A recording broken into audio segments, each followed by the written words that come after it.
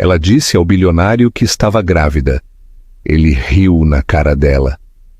5 anos depois, ela voltou com os 3 filhos idênticos dele. Clara Oliveira nunca se considerou especial. Ela era uma daquelas pessoas que se apagavam no fundo, quieta, educada e invisível em uma cidade que prosperava com o barulho e a confiança. Recém-formada na faculdade, com um diploma que não havia aberto portas de verdade, ela teve sorte de conseguir um emprego como assistente em uma das maiores empresas de investimento de São Paulo. O salário mal cobria o aluguel, mas pelo menos ela estava ali, no mundo com que um dia sonhara. Pisos de mármore, paredes de vidro e homens internos impecáveis se movendo como se fossem donos do tempo. Foi ali que ela conheceu Henrique Castro. Todos na empresa sabiam o nome dele muito antes de o verem pessoalmente. Ele era o tipo de homem sobre quem as pessoas sussurravam quando ele passava pelo corredor. O CEO mais jovem que a firma já teve, um bilionário feito por si mesmo, brilhante e aterrorizante. Ele tinha o tipo de presença que silenciava as salas e, quando olhava para você, parecia que via através de você, e talvez visse mesmo. Seus olhos eram claros, quase gélidos, sua voz calma, suas palavras medidas. Ele não sorria com frequência, mas quando o fazia, as pessoas trabalhavam 2 vezes mais no dia seguinte só para ver aquilo de novo. Clara o conheceu por acidente, literalmente. Ela estava carregando uma pilha de relatórios para a sala de conferências quando virou a esquina muito rápido e colidiu com ele. Os papéis se espalharam, suas bochechas queimaram e ela murmurou uma dúzia de desculpas. Henrique não gritou, nem sequer franziu a testa. Ele se abaixou, ajudou-a a recolher os documentos e disse, quase distraidamente: "Cuidado, o mercado não é a única coisa que quebra por aqui." Foi uma piada pequena e seca, mas ficou com ela o dia todo. Depois disso, ele anotou.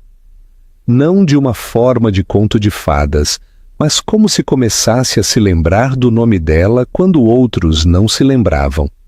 Ele pediu que ela o ajudasse em pequenos projetos, confiou nela para organizar sua agenda.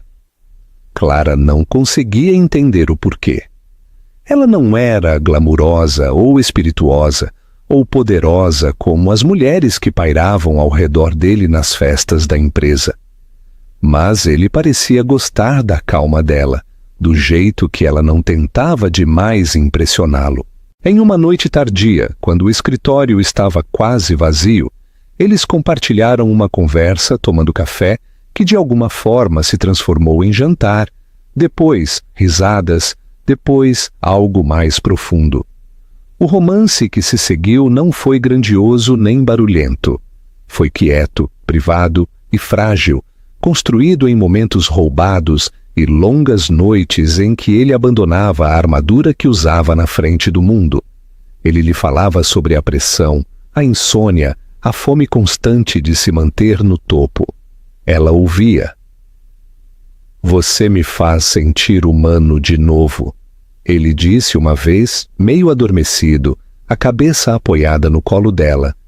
E ela acreditou nele. Ela acreditou que sob seu exterior frio havia um calor destinado apenas a ela. Semanas viraram meses. Clara tentava não sonhar muito à frente, mas era impossível não fazê-lo. Ela imaginava acordar ao lado dele sem medo, fazer parte do mundo dele, talvez até construir uma família um dia. Então, quando o teste de gravidez deu positivo, seu coração tremeu, não de medo, mas com uma alegria tímida. Parecia uma prova de que o amor deles era real, que algo bom havia surgido de toda a incerteza. Ela foi ao escritório dele uma noite após o trabalho, o coração palpitando, as mãos tremendo levemente. Ele estava sentado atrás de sua mesa, lendo algo em seu tablet, as mangas arregaçadas, as luzes da cidade entrando pelo vidro atrás dele. Ela sorriu nervosamente, disse que precisava conversar. Quando ela finalmente disse as palavras, "Estou grávida", o mundo pareceu prender a respiração. Por um momento, Henrique não disse nada. Então ele se recostou, um sorriso lento, quase divertido, curvando seus lábios. Você está falando sério? Ele perguntou. Ela assentiu. O riso dele foi quieto no início, depois mais nítido, mais frio. Clara, você é uma garota doce, ele disse, levantando-se, andando ao redor da mesa como se a inspecionasse à distância. Mas vamos ser realistas. Eu sou um CEO milionário. E você é? Quê? Uma assistente. Você acha que é assim que as coisas funcionam? As palavras atingiram mais forte do que um tapa. Ela sentiu sua garganta se fechar. Ele não estava com raiva. Isso teria sido mais fácil de suportar. Ele estava indiferente, desapegado, como se ela tivesse lhe contado algo trivial, algo indigno de preocupação. Ela tentou falar, explicar que não havia planejado, que não estava pedindo nada, mas ele a interrompeu com um gesto da mão. Resolva isso, ele disse simplesmente, e não transforme isso em um drama. Você sabia o que era isso? Naquela noite, ela deixou o prédio sob uma chuva forte, sua visão embaçada não apenas por lágrimas, mas pela descrença. As luzes da cidade ao seu redor pareciam cruelmente brilhantes. O telefone dela tocou uma vez, o número dele, mas ela não conseguiu atender. Pela manhã, seu cartão de acesso não funcionava. A empresa havia reestruturado sua posição. Ela nem sequer teve a chance de limpar sua mesa. Henrique Castro seguiu com sua vida e Clara Oliveira desapareceu dela. O que ele não sabia, o que ele nunca se importou em perguntar, era que a coisa que ele havia descartado tão facilmente se tornaria o próprio coração da vida dela. Clara não se lembra do momento exato em que decidiu deixar São Paulo. Não foi dramático, não houve mala feita na chuva, nem última olhada no horizonte. Foi mais silencioso do que isso, um lento desenrolar da esperança, até que ficar parecesse mais pesado do que ir. Ela encontrou um mapa, fechou os olhos e apontou. O dedo pousou em uma pequena cidade no interior de São Paulo, Campinas, da qual ela nunca tinha ouvido falar. Isso bastou. Ela vendeu o pouco que possuía, encerrou seu contrato de aluguel e desapareceu da cidade onde seu coração havia quebrado e sua vida havia terminado, ou assim parecia. A cidade era completamente diferente de São Paulo. Os prédios eram mais baixos, as ruas mais tranquilas, as pessoas mais lentas para falar, mas mais rápidas para acenar um olá. Não havia táxis buzinando, nem carrinhos de café em cada esquina, nem a correria da meia-noite de pessoas perseguindo algo urgente. Ali, o tempo se movia de maneira diferente. A princípio, Clara odiou. O silêncio era ensurdecedor. Ela sentia falta do caos, até mesmo da dor dele. Mas, à medida que sua barriga crescia, crescia também sua percepção de que era exatamente onde ela precisava estar. O barulho da cidade não a teria deixado ouvir o que importava, o som de minúsculos batimentos cardíacos que pulsavam 3 vezes durante cada consulta médica. Trigêmeos. A palavra a havia atordoado quando o médico a disse pela primeira vez.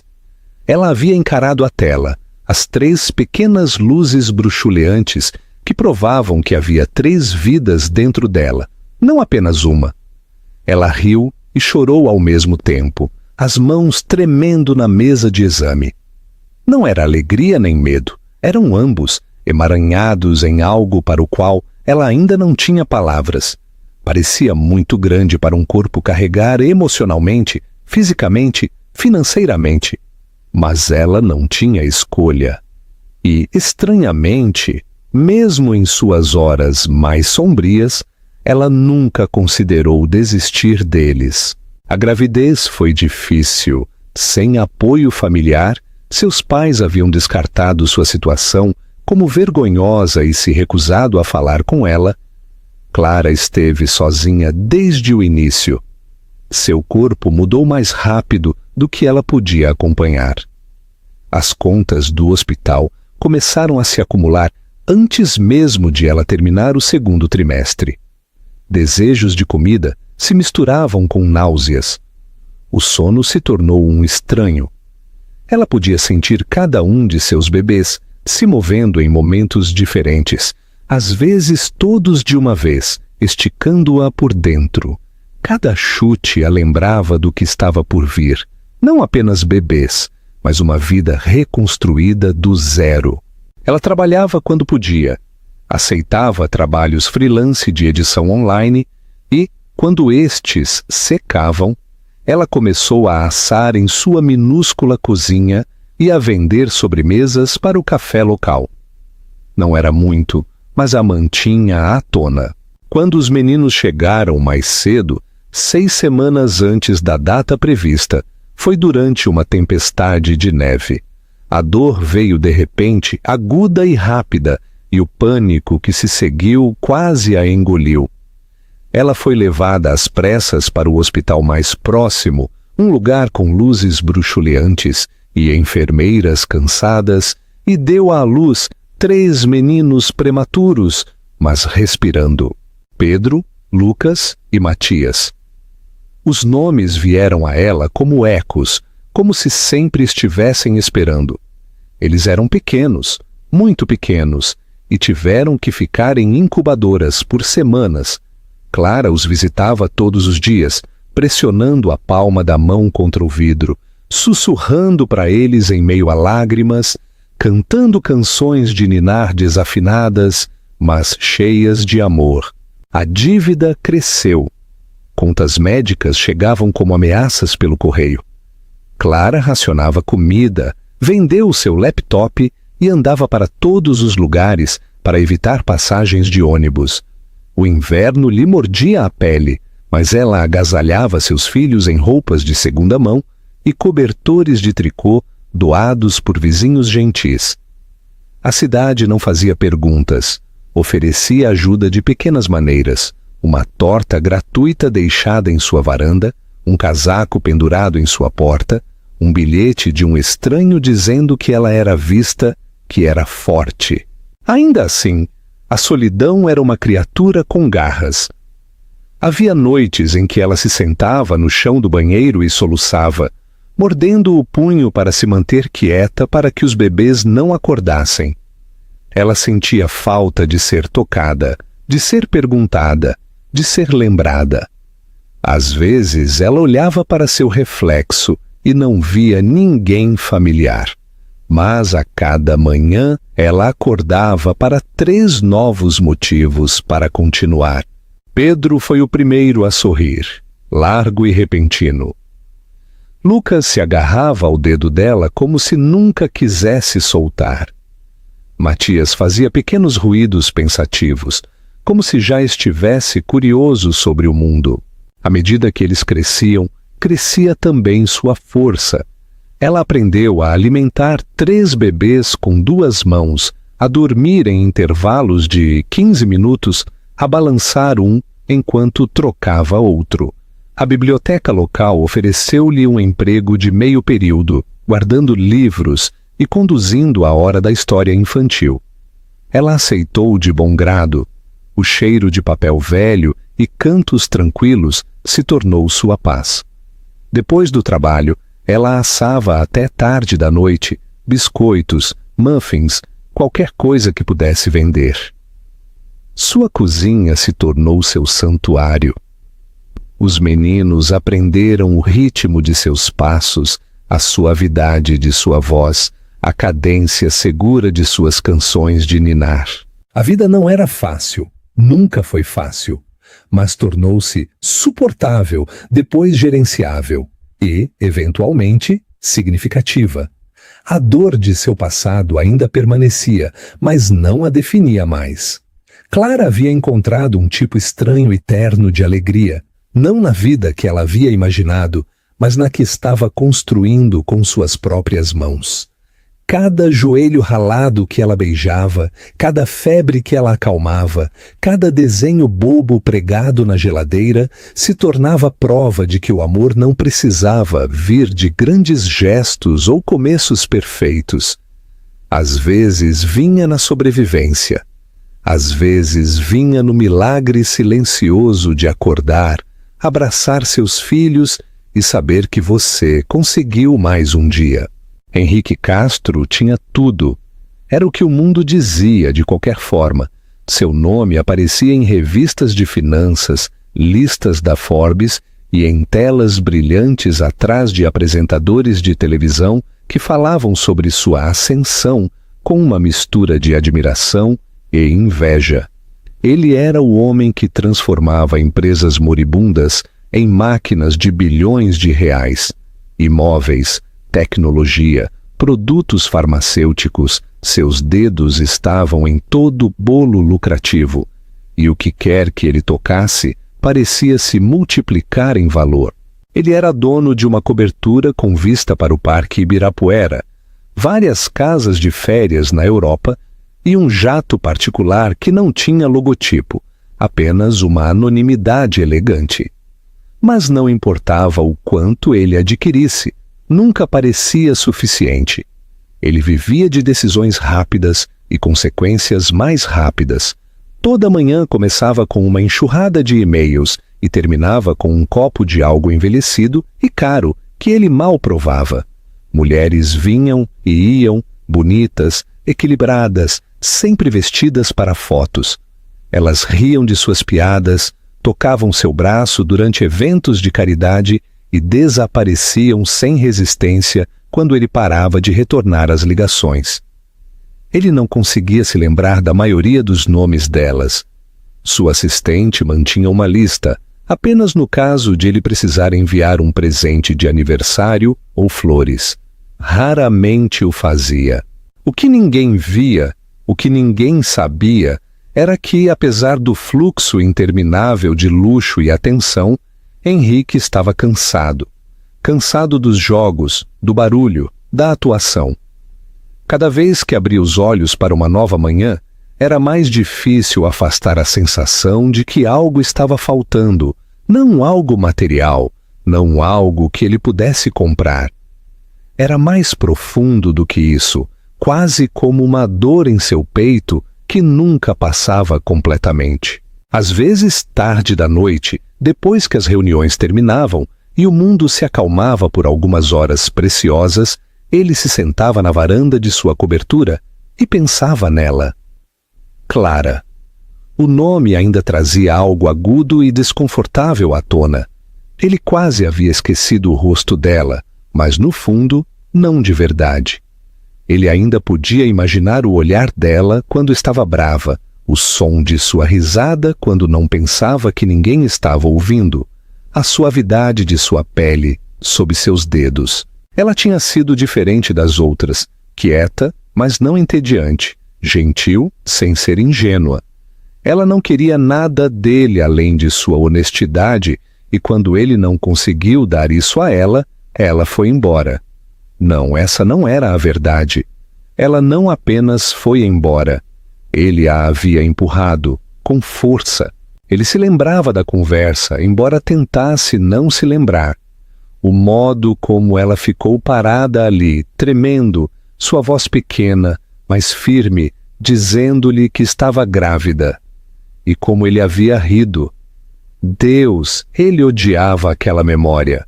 Na época, parecia a única coisa que ele podia fazer: rir, descartar, minimizar o pânico que lhe arranhava a garganta. Ele não sabia como responder a algo tão real, tão inesperado. Então ele esmagou-a. Disse a si mesmo que era necessário, que ele estava protegendo sua vida de entrar em parafuso.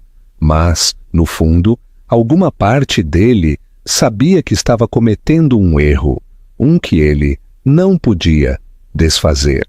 Ele disse a si mesmo que ela ligaria, que ela voltaria e pediria apoio. As mulheres sempre faziam isso. Elas diziam que não queriam nada, mas, eventualmente, voltavam com advogados e ordens judiciais. Mas Clara nunca o fez. Ela desapareceu, sem e-mails, sem mensagens, sem telefonemas irritados, apenas silêncio, como se tivesse se apagado do planeta. No início ele ficou aliviado, depois curioso, depois confuso.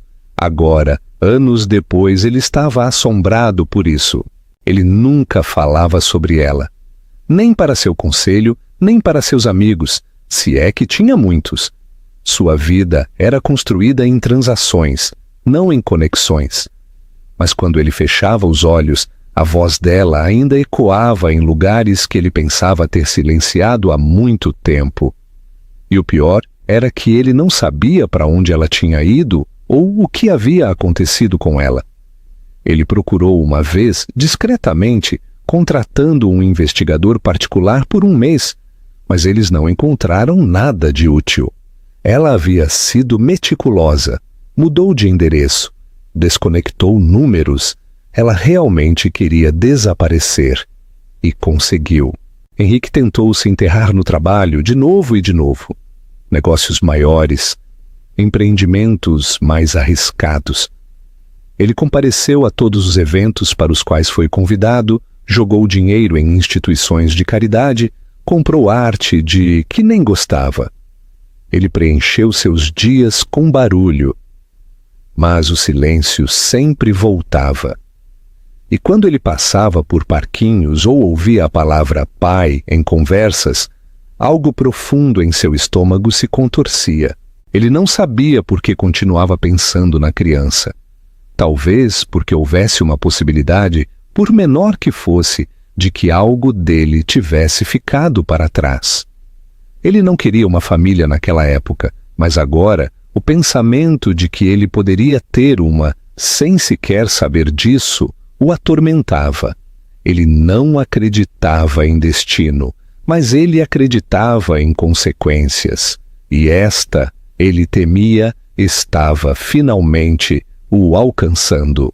Cada vez mais ele se pegava distraído. Durante as reuniões, sua mente divagava.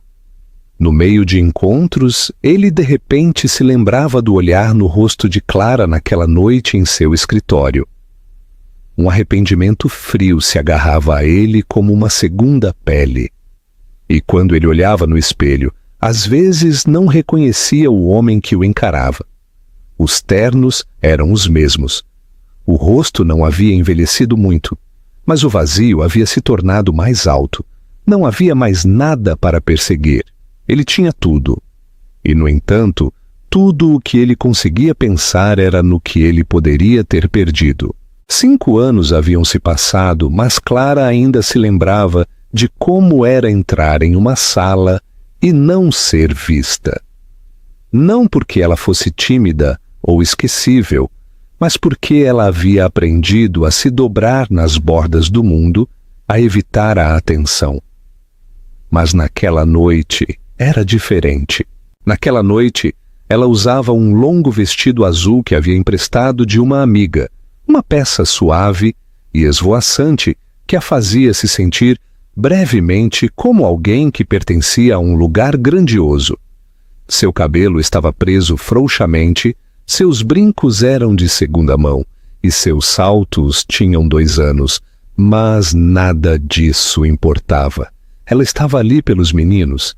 O evento de caridade havia sido organizado por uma fundação que fornecia assistência médica a crianças com condições raras, a mesma fundação que a ajudara quando seus filhos precisaram de fonoaudiologia e avaliações de desenvolvimento em seus primeiros anos. Eles a convidaram como convidada de honra, alguém que poderia falar sobre a importância do trabalho deles, alguém cuja história lembrava às pessoas o que as doações podiam realizar. Clara hesitou a princípio. Ela não gostava de palcos, microfones ou olhos sobre ela, mas a fundação havia feito muito por eles. Ela lhes devia sua presença, se nada mais. O restaurante, onde o evento foi realizado, era um lugar de alto nível que ela nunca tinha sequer sonhado em visitar antes. Todo lustres, paredes de vidro e pisos polidos que refletiam a luz como um salão de baile em um filme. Ela segurava a mão de Pedro de um lado e a de Matias do outro. Lucas andava um pouco à frente, mais confiante do que os outros, sua gravata borboleta ligeiramente torta e seus olhos examinando as mesas como se já estivesse memorizando o lugar. Eles estavam vestidos de forma semelhante, não porque ela pretendesse ser charmoso, mas porque roupas de segunda mão e brechós tornavam as roupas combinando práticas. Calças pretas, camisas brancas, coletes que ela havia passado a noite anterior, passando a ferro. As pessoas olhavam. A princípio, Clara pensou que era porque ela não se encaixava, mas então ela percebeu. Eram os meninos, 3 rostos quase idênticos, todos com aquela mesma combinação em comum. Cabelo loiro escuro e olhos azul acinzentados marcantes que não pertenciam a ela. Eles atraíam a atenção onde quer que fossem, mas naquela sala cheia de doadores ricos e personalidades, eles eram uma anomalia. Eles puxavam as mangas dela, sussurravam perguntas, perguntavam sobre as sobremesas na mesa perto do palco. Estavam cheios de vida, alheios à tempestade que se formava do outro lado da sala. Henrique não pretendia comparecer ao evento pessoalmente. Normalmente, seu nome e uma doação considerável eram suficientes, mas desta vez, um dos membros do conselho da fundação havia insistido. Ele era o maior doador deles, afinal, e uma aparição pessoal significaria melhor imprensa e mais dinheiro de outros que tentavam seguir seu exemplo.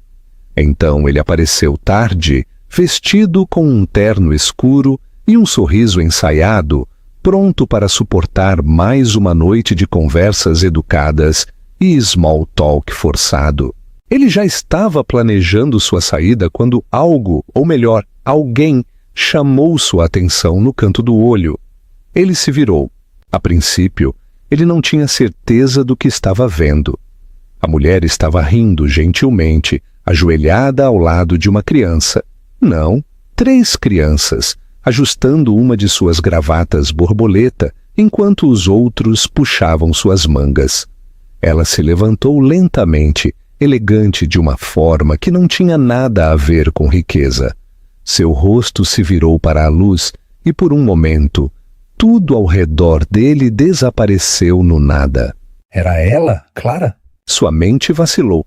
Ela parecia diferente, mais adulta, talvez, não em idade, mas em profundidade. O peso da vida havia deixado uma marca nela, mas ela brilhava com algo mais poderoso do que maquiagem ou estilo. Confiança, graça. Ela estava mais alta agora, sem medo da sala. E as crianças, 3 delas, cada uma um espelho dele mesmo. Sua boca secou. Seu coração bateu contra as costelas. Não podia ser. Ele deu um passo à frente e parou. As pessoas ainda estavam falando ao redor dele, copos tilintando, música tocando suavemente, mas tudo soava como se viesse de trás de um muro. Clara virou-se ligeiramente e os olhos deles se encontraram. Por um segundo, apenas um segundo, seu rosto não registrou nada. Então o reconhecimento a atingiu como um raio. Seu sorriso congelou. Sua mão instintivamente alcançou os meninos, puxando-os para mais perto. Um deles percebeu e olhou para Henrique, curioso, mas Clara rapidamente o distraiu com uma pergunta, desviando sua atenção. Henrique não conseguia se mover, ele apenas encarou. Ali estavam eles, não um filho, 3.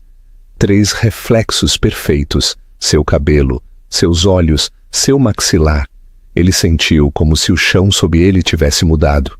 Ele não conseguia respirar direito, não conseguia pensar. Todos os anos que ele passou se perguntando se ela havia levado adiante se havia sequer existido um bebê, acabaram de ser estilhaçados sob o peso da realidade. Ela não apenas teve o filho dele, ela criou 3 filhos, sozinha, sem ele, sem uma palavra. Clara desviou o olhar. Ela não caminhou em direção a ele. Ela não sorriu. Ela simplesmente se virou e conduziu seus filhos para a área de assentos, calma e composta, como se ele não passasse de um rosto na multidão. Isso doeu mais do que qualquer acusação gritada teria doído. Ela não precisava dele. Isso estava claro. E, de alguma forma, essa verdade cortou mais fundo do que o momento em que ela lhe disse que estava grávida. Henrique se sentou eventualmente, mas não ouviu uma palavra dos discursos. A comida na frente dele ficou intocada. Seus olhos permaneceram fixos em Clara, nos meninos, tentando juntar a história dos anos que ele havia perdido. Ele pensou em todas as salas de reuniões em que se sentou, todas as noites que preencheu com vitórias vazias.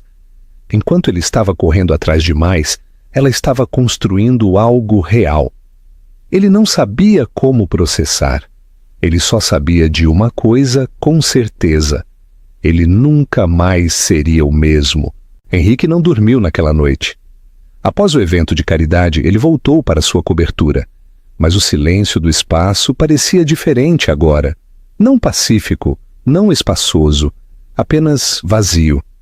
Ele ficou na janela, observando as luzes da cidade piscarem, o horizonte se estendendo à distância, e tudo o que ele conseguia pensar era no que havia visto. 3 meninos, seus filhos, Clara. Os últimos 5 anos se desenrolaram sem ele, e, no entanto, a prova desses anos perdidos estava a poucos metros de distância, vestida com coletes e curiosidade, de olhos arregalados, carregando seu rosto como se a natureza tivesse pegado um projeto e o copiado 3 vezes. Os meninos tinham seus olhos, sem dúvida, e isso era o que mais o assombrava. Eles não apenas se pareciam com ele. Eles carregavam seu sangue, seu nome, mesmo que ainda não soubessem. Por dias, Henrique não conseguia se concentrar. Reuniões se misturavam, palavras viravam estática. Sua mente se recusava a obedecer seus comandos. Era como se uma barragem tivesse rachado em algum lugar dentro, e tudo o que ele havia empurrado para baixo por anos estava voltando com força, implacável. Ele sempre se orgulhou do controle. Ele controlava mercados, pessoas, salas de reuniões, resultados. Mas isso era algo sobre o qual ele não tinha poder. Clara havia vivido uma vida inteira sem ele. Ela não apenas sobreviveu, ela criou 3 meninos em pequenos seres humanos brilhantes, alegres e bonitos. E ele nem sequer sabia os nomes deles. Ele sabia que não poderia abordá-la naquela noite. Não com doadores por perto, não com câmeras e olhos curiosos. Ela não o olhou como um homem que ela costumava amar ou odiar. Ela o olhou como um estranho. E pior, como uma ameaça. Isso ardia de maneiras que ele não esperava. Ele uma vez a fez rir em elevadores, a fez suspirar em seu peito. Agora, ela nem sequer o deixaria perto de seus filhos. Seus filhos. Na semana seguinte, ele encontrou o endereço dela. Não foi difícil. Ele tinha recursos que a maioria das pessoas não tinha. Mas ele não bateu na porta dela. Ainda não. Em vez disso, ele dirigiu até a pequena cidade, na divisa de São Paulo, Campinas, onde ela agora vivia. Não era nada parecido com a cidade. Sem arranha-céus, sem carros pretos, sem cafés expresso com cardápios de couro. As ruas eram ladeadas por árvores desbotadas, crianças em bicicletas, cães perseguindo folhas. Parecia o tipo de lugar para onde as pessoas iam para desaparecer, ou talvez para curar. E no meio estava Clara, caminhando pela calçada com uma sacola de supermercado de papel, seus meninos pulando à frente, o riso deles soando como música que ele não sabia que sentia falta. Ele observou à distância primeiro. Ele se odiava por isso, mas não conseguia evitar. Ele estacionou a alguns quarteirões de distância da casa deles e sentou no carro por horas, às vezes apenas para vê-los caminhar até a escola ou voltar do parque. Eles estavam cheios de energia, constantemente se movendo, constantemente falando. Pedro gostava de pular sobre as rachaduras da calçada. Lucas carregava um caderno, rabiscando coisas como um detetive em miniatura. Matias fazia perguntas que ninguém conseguia responder, o tipo de perguntas selvagens e curiosas que faziam Clara rir e bagunçar o cabelo dele. Henrique era um estranho para tudo isso, observando-os como um homem olhando, através de uma janela de vidro, para um mundo no qual ele não merecia entrar. Mas isso não o impedia de voltar. Ele começou a aprender as rotinas deles. Escola às 8, os turnos de Clara na biblioteca durante o dia, caminhadas noturnas, sorvete às sextas-feiras. Ele a observava conversar com vizinhos, consertar a jaqueta de um menino, carregar outro quando ele adormecia em seu ombro. Ela ainda era a mesma Clara, prática, calorosa, paciente, mas havia algo mais forte nela agora. Uma espécie de aço que ele não havia notado quando ela era mais jovem. Ela havia enfrentado o mundo sozinha e saído não quebrada, mas forjada. Eventualmente ele não conseguiu ficar longe. A primeira vez que ele falou com ela novamente foi no estacionamento da escola. Ela estava colocando mochilas no carro quando ele se adiantou. Seu corpo enrijeceu instantaneamente, como se ela o tivesse sentido antes mesmo de o ver. Os olhos dela se estreitaram, guardados, calculistas. Ela disse aos meninos para esperarem no carro. Então ela se virou para ele. "O que você está fazendo aqui?" A voz dela não era raivosa, mas também não era gentil. Ele queria dizer tudo de uma vez. "Eu não sabia. Eu estava errado. Sinto muito. Eles se parecem comigo. Eu quero fazer parte da vida deles. Eu quero saber os nomes, os sonhos, os medos deles." Mas nenhuma dessas palavras saiu corretamente. Em vez disso, ele disse algo seguro, algo fraco. "Eu só queria ver você. Eles." Clara não vacilou. "Você os viu, agora vá." Ele não foi. Ele voltou no dia seguinte e no dia seguinte. Nem sempre para falar, mas apenas para estar perto. Eventualmente ela parou de mandá-lo embora com palavras e começou a usar o silêncio em vez disso. Foi uma melhoria. Ele começou a deixar coisas para trás, anonimamente, a princípio. Uma doação para a fundação que a ajudara. Um envelope deixado na escola, cobrindo um ano de materiais. Reparos feitos no sistema de aquecimento da biblioteca. Ele nunca assinava seu nome, mas ela sabia. Ela sempre soube. Ela o confrontou uma vez, perguntando se ele estava tentando comprar seu caminho para a vida deles. Ele disse que não. Ele disse que não esperava nada. Ele só queria ajudar. Ele não pedia para ver os meninos. Ele não pressionava. Em vez disso, ele tentou estar presente, nas margens, quieto, cuidadoso. E, eventualmente, eles o notaram. Lucas foi o primeiro a perguntar: "Por que aquele homem se parece conosco?" Clara não tinha uma resposta pronta, não na época, mas a pergunta permaneceu. Os meninos eram muito jovens para entender a história completa, mas eram espertos. Eles viam coisas. Eles começaram a acenar para ele quando ele passava. Pedro uma vez correu na frente de Clara para dizer olá. Matias perguntou se ele gostava de dinossauros e listou seus 5 favoritos sem esperar por uma resposta. Henrique se ajoelhou, respondeu a todas as perguntas, ouviu todas as histórias. Ele não tentou apressar nada. Ele não falou sobre paternidade. Ele apenas apareceu. Clara observou tudo com cuidado, cautelosamente. Ela manteve sua distância emocional, mas não podia negar o que via. Henrique não era o homem que havia rido na cara dela 5 anos atrás. Aquele homem não teria esperado fora de uma escola por horas apenas para dar uma olhada. Aquele homem não teria consertado um cano vazando na biblioteca anonimamente. Aquele homem não teria comprado uma casa modesta a 5 quarteirões da dela e começado a passar mais tempo em uma cidade sem salas de reuniões ou imprensa. Este homem estava tentando, com cada ação silenciosa, compensar 1000 erros barulhentos. Eventualmente, ela concordou em deixá-lo se juntar a eles no parque. Depois, um jantar. Depois, uma peça escolar. Lentamente, dolorosamente, ele começou a formar uma presença na vida deles. Não como pai ainda, mas como algo próximo.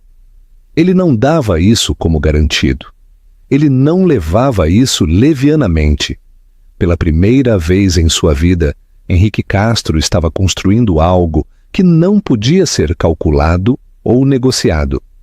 E a cada dia que passava, ele percebia que queria isso mais do que qualquer coisa que ele já havia possuído. Clara sabia que era hora de contar a eles. Ela havia adiado por semanas, até meses, sempre se convencendo de que eles eram muito jovens ou que não era o momento certo. Mas a verdade pesava em seu peito e ficava mais pesada a cada vez que seus filhos perguntavam quem era o homem, aquele que às vezes esperava perto dos portões da escola, que aparecia em eventos de fim de semana e ficava em silêncio no fundo, nunca muito perto, nunca muito longe. Não era mais apenas curiosidade. Pedro começou a desenhá-lo em seu bloco de rascunhos, sempre com os mesmos olhos azuis gélidos e postura rígida. Matias começou a acenar para ele como se fosse um jogo. Mas Lucas? Lucas tinha perguntas. Ele sempre tinha perguntas. Foi ele quem perguntou, tarde da noite, enquanto escovava os dentes. Ele é nosso tio? Ou algo assim. Clara parou, escova de dentes na mão, coração acelerado. Ele era tão casual, tão inocente. Ela poderia ter rido. Ela poderia ter inventado uma mentira. Mas a hora das mentiras havia passado. Naquela noite, depois de os aninhar na cama, ela se sentou na beira dos pés cobertos pelo cobertor e lhes contou a verdade. Ela começou devagar, cuidadosamente, escolhendo suas palavras como se estivesse andando em uma corda bamba. Ela lhes falou sobre São Paulo, sobre a vida que ela havia vivido antes de eles nascerem. Ela lhes falou sobre o pai deles, não como um vilão, nem como um mito, mas como um homem que havia cometido um erro terrível. Ela não chorou, embora sua garganta a apertasse. Ela não falou com amargura, embora o passado ainda doesse. Os meninos ouviram, cada um à sua maneira. Pedro brincou com um fio solto no cobertor, mas não interrompeu. Matias olhou para o teto, piscando lentamente. E Lucas, seu mais velho por 3 minutos, sua pequena alma antiga, sentou-se muito quieto e observou o rosto dela o tempo todo. Quando ela disse o nome dele, houve um longo silêncio. Lucas finalmente sussurrou. Mas ele esteve aqui, por que ele não disse nada? Clara dobrou as mãos e tentou manter a voz firme. Porque ele não queria tirar nada de vocês. Ou de mim. Ele pensou que talvez não merecesse mais fazer parte da vida de vocês. Matias inclinou a cabeça, confuso. É por isso que ele sempre parece triste quando nos vê? Clara sorriu, embora seus olhos brilhassem. Talvez, ou talvez ele esteja apenas com medo. Pedro se inclinou para a frente, sussurrando como se estivesse compartilhando um segredo. Podemos falar com ele da próxima vez? Clara fez uma pausa. Então ela assentiu. Só se vocês quiserem. Na próxima vez que viram Henrique, a mudança foi sutil, mas sísmica. Os meninos se aproximaram dele. Eles fizeram perguntas. Eles falaram sobre a escola e filmes favoritos. Pedro lhe mostrou um desenho. Matias o convidou para uma feira de ciências. E Lucas? Lucas observou. Ele não falou muito, não no início, mas ele também não se afastou. E isso significava tudo. Henrique não tentou se apressar no papel. Ele não se declarou pai deles. Ele não exigiu nada. Ele os deixou ir até ele em seu próprio tempo.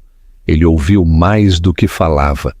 Ele se sentou em arquibancadas duras de ginásio durante eventos escolares, aplaudiu mais alto do que qualquer outra pessoa em concursos de soletração e trouxe lanches para jogos de futebol. Ele perguntou sobre o dia deles, lembrou-se dos nomes dos professores, ajudou com o dever de casa quando Clara estava muito cansada para se sentar ereta. Lentamente, um ritmo se formou. Não o tipo de ritmo com que as famílias nascem, mas o tipo que é construído com tempo, paciência e a decisão silenciosa de continuar aparecendo. Clara observou a mudança nele não com esperança ingênua, mas com observação cautelosa. Este não era um homem se exibindo para chamar a atenção. Este era alguém se desfazendo de camadas que ele nem sabia que usava. Os ternos se tornaram menos sob medida, o telefone menos grudado em sua palma. Suas conversas mudaram de previsões trimestrais para histórias sobre dinossauros e quadrinhos. Ele começou a passar mais tempo na cidade deles do que na capital. Eventualmente, ele parou de retornar a São Paulo por dias a fio. Sua equipe aprendeu a se adaptar. Eles chamaram isso de liderança remota. Mas Clara sabia a verdade. Ele simplesmente parou de precisar do barulho. As pessoas em seu círculo social não entendiam. Alguns pensaram que ele estava passando por uma crise. Outros sussurravam pelas suas costas em eventos de arrecadação de fundos e networking. Ele mudou, diziam, como se fosse um diagnóstico. Henrique os ouvia, mas não se importava. Pela primeira vez em sua vida, ele estava construindo algo que não era medido em números ou conquistas. Era mais confuso. Exigia mais paciência do que ele jamais tivera. E importava mais do que qualquer outra coisa. Ele comprou uma casa modesta a apenas algumas ruas de Clara. Não uma mansão, não uma declaração. Um lar com pisos que rangiam e um quintal grande o suficiente para 3 meninos correrem soltos. A agente imobiliária parecia confusa quando ele recusou listagens de luxo. Ele apenas sorriu e disse: "Não é para mim, é para eles." Clara se viu dependendo dele mais do que esperava. No início, era apenas para buscar as crianças na escola quando o turno dela terminava à tarde. Depois, era para consultas médicas, planejamento de festas de aniversário, idas ao supermercado. Eles encontraram um equilíbrio, como peças de quebra-cabeça se encaixando lentamente. Eles ainda tinham suas diferenças. Argumentos surgiam às vezes, sobre parentalidade, sobre limites, sobre as cicatrizes deixadas para trás. Mas eles não eram destrutivos. Eles eram honestos. Os meninos começaram a chamá-lo de pai, não porque alguém lhes disse, mas porque a palavra começou a parecer certa. Lucas foi o último a dizê-lo. Aconteceu em uma tranquila tarde de domingo, durante um passeio pelo parque. Ele tropeçou e ralou o joelho. Clara correu, mas Henrique estava mais perto. Ele pegou o menino gentilmente, tirou a sujeira de suas mãos e disse: "Você está bem, amigão?" Lucas se agarrou a ele firmemente, enterrou o rosto no ombro de Henrique e sussurrou: "Obrigado, pai." A respiração de Clara ficou presa em sua garganta. Henrique congelou, olhos arregalados, então o segurou mais apertado. Não foi um momento grandioso. Não houve testemunhas nem aplausos, apenas um joelho ralado e uma palavra sussurrada que carregava mais peso do que qualquer coisa que Henrique já havia ganhado antes. Naquela pequena cidade, com suas ruas tranquilas e charme de segunda mão, Henrique finalmente aprendeu o que significava amar não com gestos, mas com consistência. Não com poder, mas com presença. E enquanto a primavera florescia ao redor deles, o passado começou a afrouxar seu controle. A dor não desapareceu, mas suavizou. Tornou-se parte da fundação que eles estavam construindo, em vez de uma ferida deixada sem tratamento.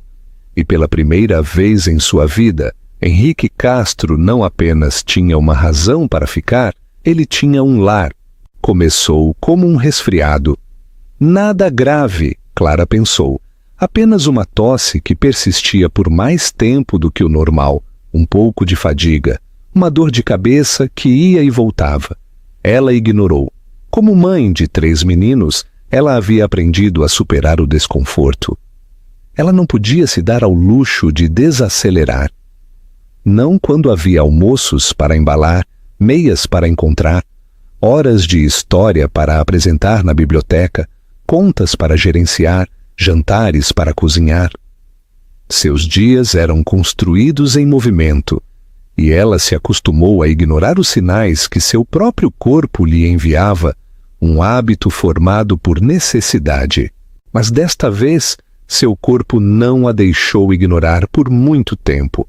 A tosse se aprofundou, tornou-se dolorosa. Sua energia se esgotava mais rápido do que ela podia reabastecer. Uma manhã, enquanto dobrava a roupa, o quarto girou tão de repente que ela teve que se sentar no chão, agarrando o tecido nas mãos enquanto esperava a tontura passar. Naquela noite, ela pulou o jantar, dizendo aos meninos que só precisava se deitar. Na manhã seguinte, ela não conseguia sair da cama. Sua febre subiu, seu peito queimava a cada respiração e seus membros pareciam pesar mais do que seu corpo inteiro. Lucas foi quem a encontrou.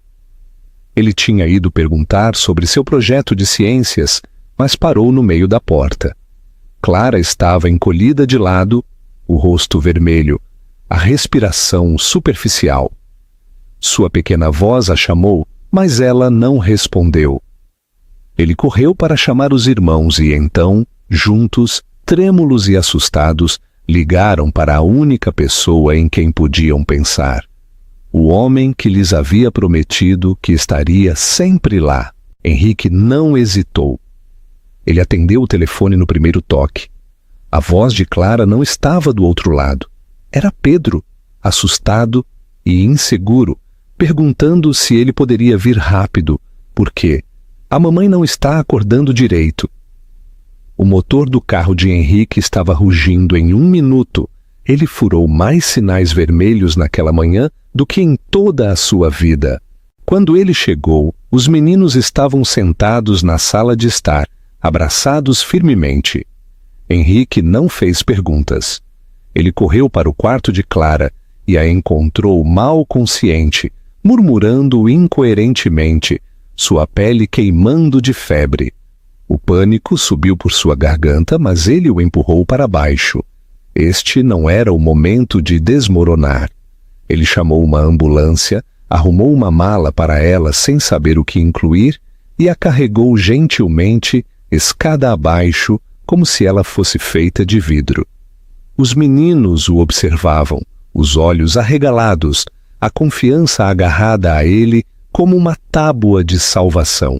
O quarto do hospital era estéril, muito branco, muito frio. Máquinas apitavam suavemente. Clara tinha pneumonia, grave, agressiva e piorada pela exaustão e desidratação. Os médicos disseram-lhe que ela provavelmente ignorou os sintomas por semanas, talvez mais. Disseram que ela precisava de descanso, líquidos, antibióticos, monitoramento rigoroso. Disseram que ele deveria se preparar para uma longa estadia. Então Henrique ficou. Ele não saiu do lado dela. Ele montou um beliche no quarto e se recusou a ser movido. Ele segurou a mão dela durante a noite, mesmo quando ela estava muito ausente para senti-lo. Ele afastou o cabelo do rosto dela, sussurrou coisas que ela não conseguia ouvir, pediu desculpas repetidamente, não apenas pelo passado, mas por não ter visto antes o quanto ela estava carregando sozinha. Naquelas noites tranquilas de hospital, algo mudou nele. Ele sabia antes que a amava. Ele sabia que queria ser pai. Mas isso era diferente. Não se tratava mais de redenção. Tratava-se de devoção.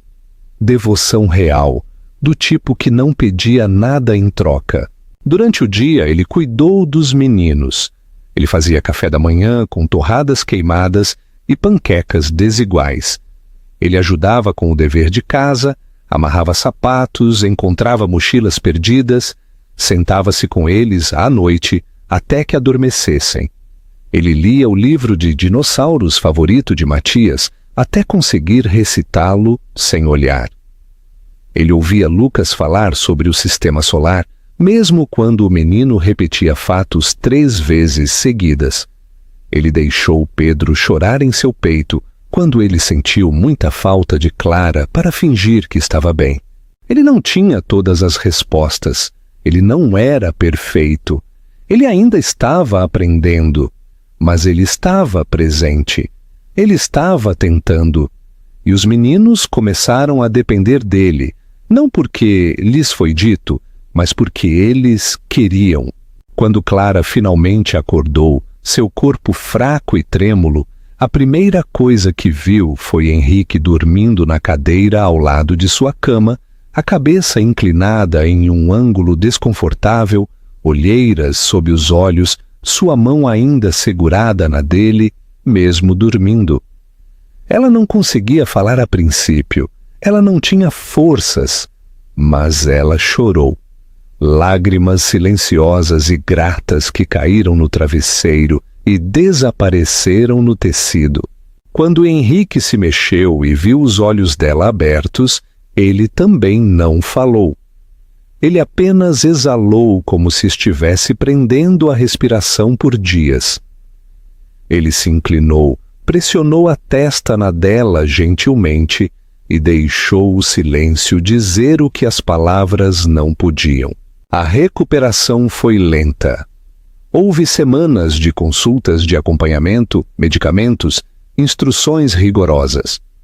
Clara estava frustrada com as limitações de seu corpo, mas Henrique se recusou a deixá-la levantar um dedo mais do que o necessário. Ele a levava para consultas, abastecia sua cozinha, providenciava licença médica com a supervisora da biblioteca. Ele até aprendeu a trançar o cabelo de Matias quando Clara não conseguia levantar os braços por tempo suficiente para terminar a tarefa. Eles não tiveram uma conversa dramática sobre o que tudo aquilo significava. Não houve declarações nem discursos. Em vez disso, houve 1000 pequenos momentos que falavam mais alto. Clara acordando para encontrar uma caneca de chá fumegante ao lado de sua cama. Henrique sentado calmamente ao lado dela, respondendo e-mails com uma mão para que pudesse segurar a dela com a outra. Os meninos rindo no quarto ao lado, enquanto ele tentava seguir uma receita complicada de panquecas, porque a mamãe gosta das de blueberry. E nos espaços entre tudo isso, algo novo nasceu, não apenas confiança, mas paz. Henrique não estava mais tentando conquistá-los. Ele não estava tentando fazer as pazes. Ele estava simplesmente vivendo com eles, por eles, entre eles. Estava no modo como ele não se encolhia quando Clara explodia de exaustão. o jeito que ele a carregava quando suas pernas falhavam no corredor, o modo como ele orava de verdade, por sua saúde à noite, muito depois de os meninos estarem dormindo. Clara, uma vez, pensou que curar significava esquecer. Agora ela sabia melhor. Curar era lembrar e escolher amar de qualquer maneira. Era deixar o passado existir sem deixá-lo definir o futuro. E enquanto ela recuperava suas forças, cercada pela família que havia construído, confusa, imperfeita, bonita, ela percebeu outra coisa. Henrique não apenas se tornou parte da vida deles. Ele se tornou a razão pela qual eles estavam completos. A primavera voltou como uma promessa, suave e lenta, derretendo as últimas crostas de neve dos telhados e acordando a terra com um calor cauteloso. As árvores do lado de fora da janela de Clara começaram a brotar com pequenas folhas verdes, tímidas no início, depois mais corajosas a cada dia. Crocos espreitavam pelo solo. O sol demorava um pouco mais a cada tarde, e o ar cheirava a chuva e novos começos. Para Clara, era a primeira estação em anos que não parecia sobrevivência. Parecia respirar, parecia chegar. Sua força havia retornado gradualmente, não de uma vez. Havia dias em que ela ainda tinha que se sentar após uma curta caminhada, e noites em que a dor em seus pulmões a lembrava o quão perto ela havia chegado de desaparecer. Mas Henrique estava lá para tudo isso, não pairando, não sufocando, apenas constante. Ele se construiu no tecido da vida deles tão completamente que Clara não se lembrava mais de como era passar um dia sem vê-lo nela. Ela não questionava mais quando ouvia seus passos na cozinha ou o via dobrando roupas ou encontrava seu chá favorito já coado e esperando por ela na varanda. Era como se ele sempre devesse ter estado lá, mas a vida havia dado um desvio longo e doloroso para trazê-lo para casa. Os meninos também floresceram. Com Henrique presente, algo neles havia mudado, não uma mudança de comportamento, mas um aprofundamento do espírito. Eles riam mais alto, eles discutiam com mais confiança, sabendo que alguém além de sua mãe interviria com calma autoridade. Eles voltavam da escola ansiosos para contar suas histórias a dois adultos. Eles se aninhavam com Clara na hora de dormir e depois arrastavam Henrique para o quarto também, exigindo que ele fizesse as vozes na história, porque as dele eram mais engraçadas. A casa não parecia mais um lugar de esforço constante. Parecia família, não remendada, não emprestada, real. Uma noite no final de março, quase um ano depois do evento onde Henrique havia visto Clara novamente, ele perguntou se ela estaria disposta a ir com ele a um jantar. Nada formal, ele prometeu. Sem doadores, sem repórteres, apenas jantar. Ela hesitou, mas concordou. Havia algo em sua voz, não ansioso, mas intencional. Ela não podia dizer não. Ela perguntou aos meninos se eles queriam ir junto, e eles se iluminaram, já vestindo camisas de botão e ajeitando o cabelo com mais cuidado do que o habitual. Quando eles pararam no restaurante, Clara o reconheceu imediatamente. Era o mesmo lugar onde o evento de caridade havia sido realizado no ano anterior, a noite em que tudo havia mudado. A memória a atingiu com um peso estranho. Aquela noite a havia despedaçado. Esta, ela suspeitava, poderia colocá-la de volta no lugar. Lá dentro, o salão havia sido reorganizado. Não havia mesas redondas, nem pás de leilão, nem taças de champanhe tilintando. Apenas uma longa mesa de madeira, posta para 5 pessoas, coberta por luz suave de velas e flores silvestres em potes de vidro. Alguém havia colocado uma playlist de jazz suave e piano instrumental. Os funcionários os conheciam pelo nome. Tudo havia sido preparado com antecedência.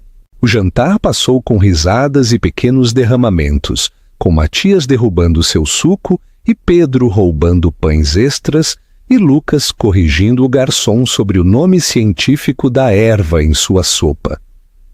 Clara observou tudo com um sorriso nos lábios, sua mão descansando suavemente perto da de Henrique.